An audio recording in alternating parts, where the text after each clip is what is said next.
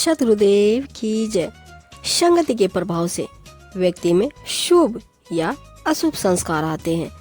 यह प्रभाव जीवन के प्रत्येक क्षेत्र, चाहे वो सामाजिक हो या आध्यात्मिक, संगति का रंग अवश्य बिखेरता है। संगति के प्रभाव की छाप अमिट होती है। व्यक्ति जैसी संगति में रहता है, उसके व्यक्तित्व पर उसकी वैसी ही छाप पड़ जाती है। यदि वह कुसंगति में रहता है तो इसके दुष्प्रभाव से वह बुरा मनुष्य बन जाता है। बुरी संगति में रहते हुए वह पथभ्रष्ट होकर सन्मार्ग से कुमार्ग पर चलने लगता है। इसके विपरीत सत्संगी का सदैव अच्छा ही प्रभाव पड़ता। कबीर साहब जी संगति के महत्व को समझाते हुए कहते हैं, कबीर कुसंग न कीजिए, पाथर जल न तिराए, कदली से भुजंग मुख, एक बूंद तिर भाए। कबीर जी कहते हैं, कभी भी कुसंगति नहीं करनी चाहिए। जिस प्रकार पत्थर पर बैठकर नदी पार नहीं कर सकते, वैसे ही कुसंगति से भला नहीं हो सकता। स्वाति नक्षत्र की बूंद केले पे पड़ने से, कपूर सीपी में पड़ने से मोती, और सर्प के मुख में पड़ने से विष हो जाती है। अर्थात संगति के अनुसार बूंद परिवर्तित हो जाती है। कबीर गुरु के देश में पसी जाने जो कोई, कागाते हंसा बने, जाति वरण खुल खोए। कबीर जी कहते हैं कि जो शत्रु के देश में बसता है, उनके सदुपदेश एवं ज्ञान प्रवचन के अनुसार रहता है, उस अनुभव को वह नहीं जानता। वह कौवे से हंस बन जाता है और उसकी जाति वर्ण कुल सब खो जाती है। अर्थात वह दुर्गुणों से मुक्ति पाकर सद्गुण संपन्न हो जाता है।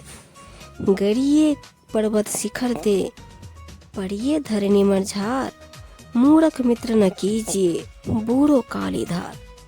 कहते हैं, चाहे पर्वत शिखर से गिर पड़ो, यह मर जाना भी अच्छा है, और धरती फट जाए उसमें समा जाना भी अच्छा है। चाहे अंधकूप में डूब मरो, परंतु मूर्ख की मित्रता कभी मत करो।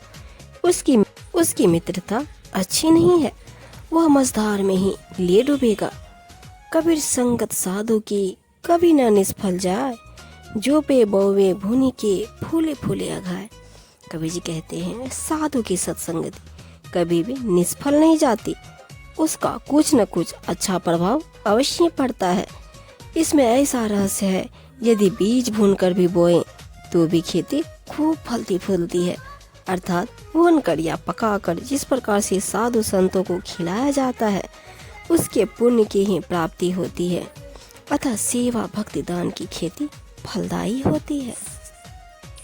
ऊंचे कुल कह जन्मिया, करनी ऊंच न होय, कनक कलश मद सो भरा, साधु निंदा सोय।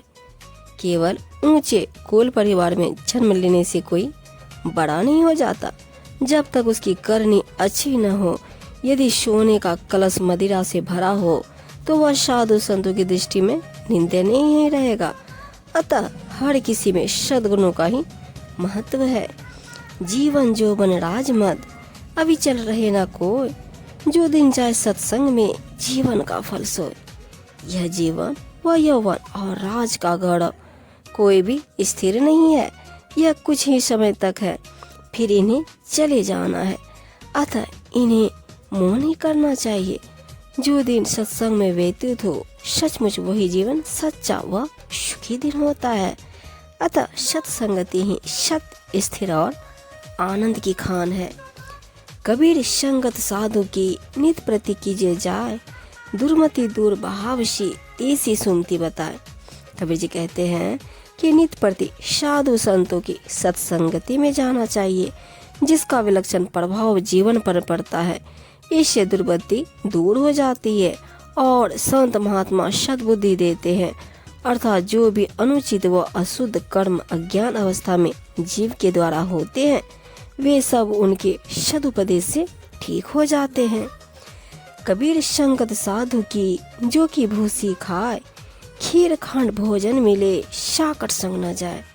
कबीर जी कहते हैं, साधुओं की संगत में जाने पर यदि अच्छा भोजन न मिले, मात्र जौ की भूसी ही मिले, तो उसे प्रेम पूर्वक ग्रहण कर लेना चाहिए। परंतु यदि निगुरे के संग जाने से खीर खांड स्वादिष्ट मिष्ठान आदि का भोजन भी मिले, तो भी उसके संग न जाना, क्योंकि कुसंगति का प्रभाव आपके ऊपर ही पड़ेगा। एक घड़ी आधी में पुनियाद, कबीर संगत साधु की कटे कोटि अपराध। कबीर जी कहते हैं चाहे एक घड़ी हो, चाहे आधी घड़ी हो, और चाहे आधी से भी आधी अर्थात चौथाई घड़ी ही क्यों ना हो, साधु संतों की सत्संग अवश्य करनी चाहिए। इससे करोड़ों अनजाने अपराध भी नष्ट हो जाते हैं। कबीर संगत साधु की जो गंधे की वास, जो कुछ गंधे दे नहीं तो भी वास सुवास। कबीर जी कहते हैं साधु की संगति इत्र बेचने वाले उस गंधी के समान है, जो हमें चाहे इत्र न दे परंतु उसके पास जाने से सुगंध अवश्य मिलती है। इसी प्रकार साधु की संगति में जाने से चाहे वे कुछ न बोले, कुछ खाने को न दे, तो भी उनकी सत्संगति के वातावरण का लाभ अवश्य होता है। ज्ञानी को ज्ञानी मिले रस की लूटम लूट, ज्ञानी अज्ञानी मिले होवे माथा कोट। जब ज्ञानी से ज्ञानी मिलता है तो उनके ज्ञान की चर्चा से सत्संग में सुधा रस बरसता है।